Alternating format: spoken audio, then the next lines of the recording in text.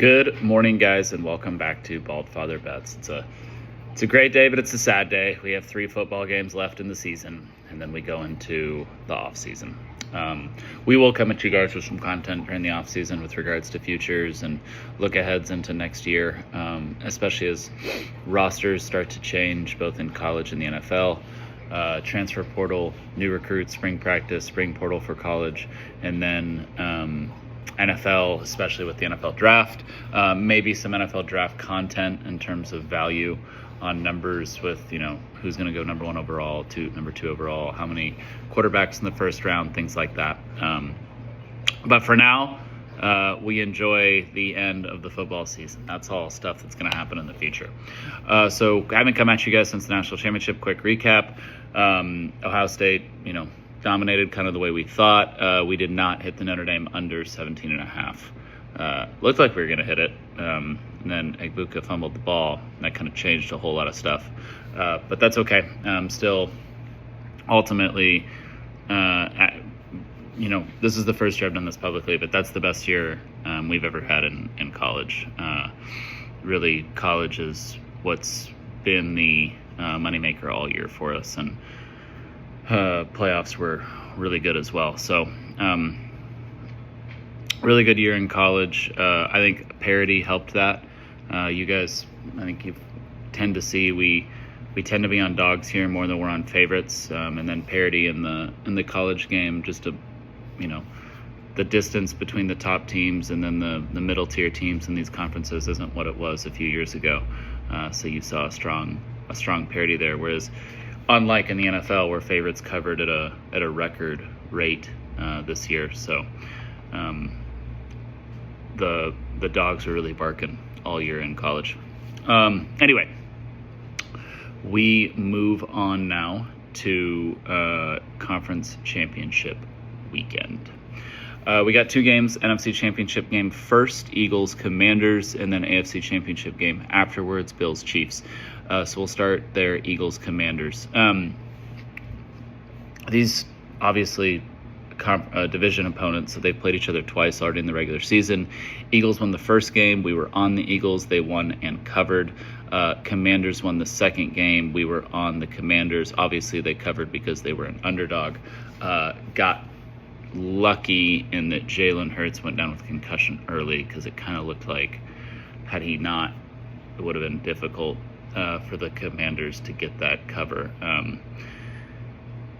Commanders have been playing, you kind of have to look at the first half of the season Commanders and second half of the season Commanders, which when you have a rookie quarterback, I think is a fair thing to do, because they're going to grow as the season goes on. And Commanders have been playing pretty exceptional football as the second half of the season went on. Now, the one thing that I don't necessarily think is a fluke is that they do not have a good rush defense. You look at DVOA, you look at almost every single way that they measure rush defense, second level, third level, at the line of scrimmage, third down, first down, all that stuff. Washington is in that 25 to 30 range out of teams in almost every single way that DVOA measures rush defense. Overall rush defense, they're ranked 30th. That is a difficult thing going up against an Eagles team who obviously wants to run the ball. I do think there's more to this Jalen Hurts injury, and I do think there's more to the fact that they haven't been linking up with any of the wide receivers over the past few weeks at all. So I don't think this is just a slam dunk Eagles, because Jalen Hurts, that's a real injury, and if Jurgens doesn't play, that's also, he's going to play, but how limited is he? Cosme going down for Washington on the other side on their offensive line is also huge, because that's one of the people who would be double teaming Jalen Carter, and he's not going to be there. I think that you have a situation here where pretty much every facet of Team X, which is the Eagles, is better than every facet of Team Y, which is the Commanders, but Team Y has the superstar quarterback and has a quarterback who's significantly better. You guys know I'm pretty down on Jalen Hurts here. I've always been down on him. I don't think he's all that great of a quarterback. I think the Eagles system sets him up for success well, and I think with their offensive line and their run game, they have the ability to play with the lead most of the time. And so Jalen isn't asked to do a whole lot when it comes to drop back passes on known passing downs on, third and longs. Usually if he's in a passing situation, it's on a second and short or a third and short. And a lot of times they know that they have the safety net of the tush push or the brotherly shove, whatever you want to call it, on fourth down. So really though, then where I'm leaning is, I see advantages on both sides offensively. I see an advantage for the Commanders in the passing game significantly, and I see an advantage for the Eagles in the running game significantly. Where I don't see anything that's really even is on defense. The Eagles are the best defense left of the four teams.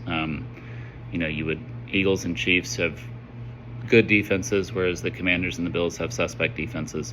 And it's really not close. And the Commanders have been relying on turnovers. Detroit kind of beat themselves against the Commanders. They're running it for 7 yards a carry and got away from it.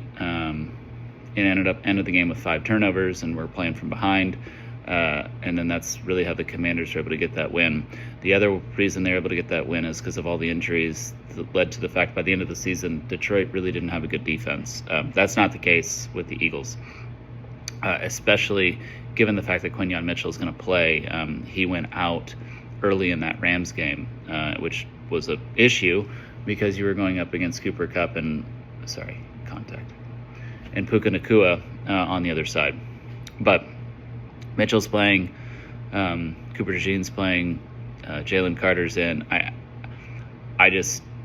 I think this Eagles defense, I think playing in Philadelphia, you look at the history of Eagles teams when they have an NFC Championship game at home, they tend to do very well.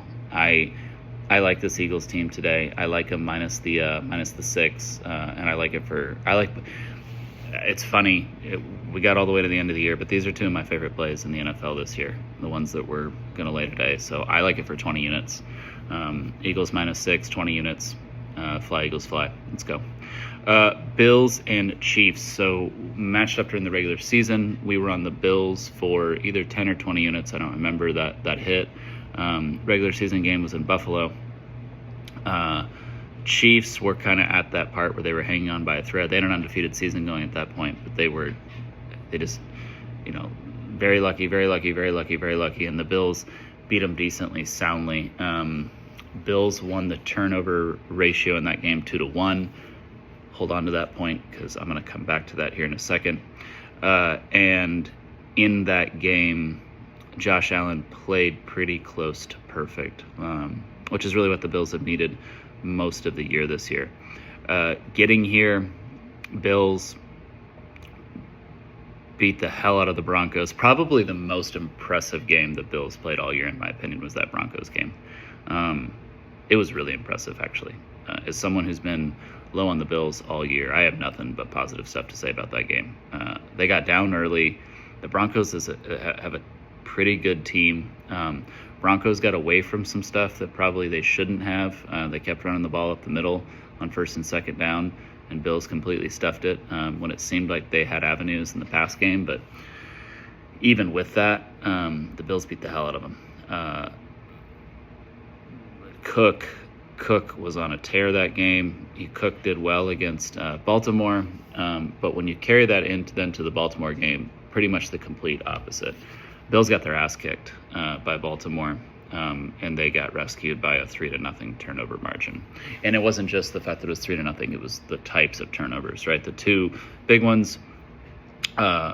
Baltimore driving down to either take a 10-7 lead or a 14-7 lead, and ball slips out of Lamar's hands, and Von Miller picks it up and carries it all the way back into the other end of the field. So sets them up for a go-ahead touchdown on. I think they're almost already into the red zone, and then obviously, Baltimore's really taking control in that second half. They just had a drive where they were able to run the ball for like 60 some odd yards. Derrick Henry getting 10 yards a pop. And then Mark Andrews fumbles the ball with a nice punch out by the Bills. Don't get me wrong. Very nice punch out by the Bills. But again, very uncharacteristic for Mark Andrews. He's pretty sure-handed when it comes to when he's carrying the ball.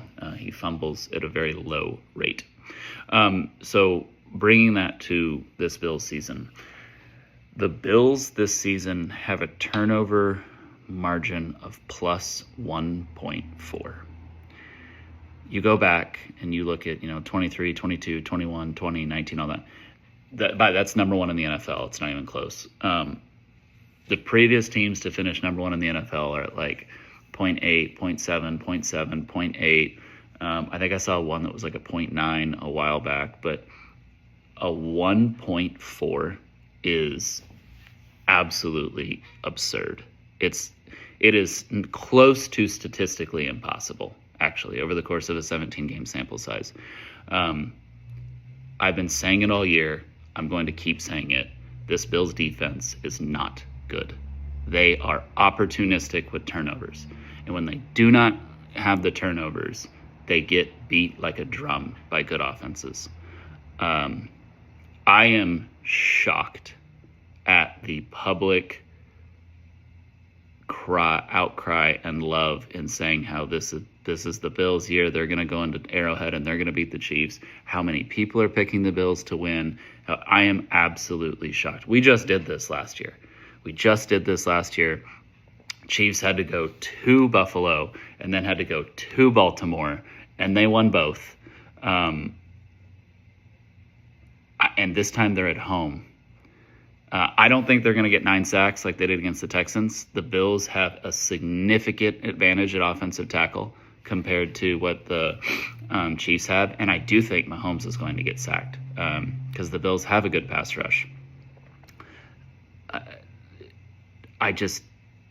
It's the AFC Championship game. It's Patrick Mahomes and it's Andy Reid, and they're at home, and they're a 1.5 or a 2-point favorite. I think Mahomes is undefeated in his career. He lost the 2017 AFC Championship game to Tom Brady and the Patriots. Outside of that, I believe he's undefeated in his career in this situation in the playoffs, where he's a favorite of 3 or less, or he's an underdog.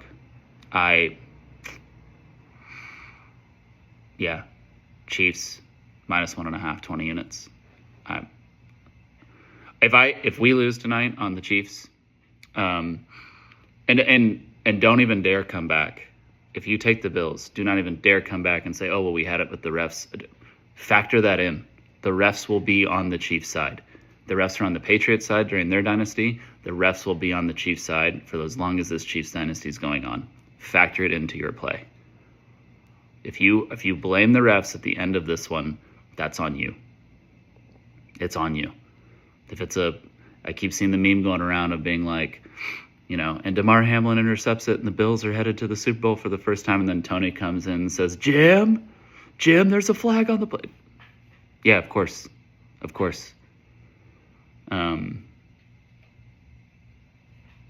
Chiefs minus 1.5, 20 units. Don't overthink this one. Mahomes is the best thing to ever touch a football. He combines the winning of Tom Brady with the skill set that like Peyton Manning and Aaron Rodgers had. They're not going to lose this game. They're trying to get the three-peat. Then after the three-peat, they will probably go into a little bit of a slight rebuild because you're probably going to have like Kelsey and Chris Jones retire. And they're going to have to, reload a little bit, change the offense. But Chiefs have also, since they've gotten Hollywood Brown back, since they've got Isaiah Pacheco back, Kelsey in the playoffs, Noah Gray in the playoffs, they got the tackles healthy. I'm curious to see how much DJ Humphrey plays versus Tooney out at left tackle today. And I'm curious to see how much Von Miller plays on the Bills, if it truly is just, rush the passer situations, or if he's in on normal first and second downs. I do think that's where the Bills have a slight advantage, is the pass rush on both sides of the ball, defending the pass rush and then rushing the passer. I just don't think it's going to matter. I think Patrick Mahomes knows how to win football games, and he will do it. So anyway, that's it. Fly Eagles fly, -6, 20 units. Chiefs Kingdom. What do they say? Let's go Chiefs. Chiefs Kingdom, whatever. -1.5, 20 units.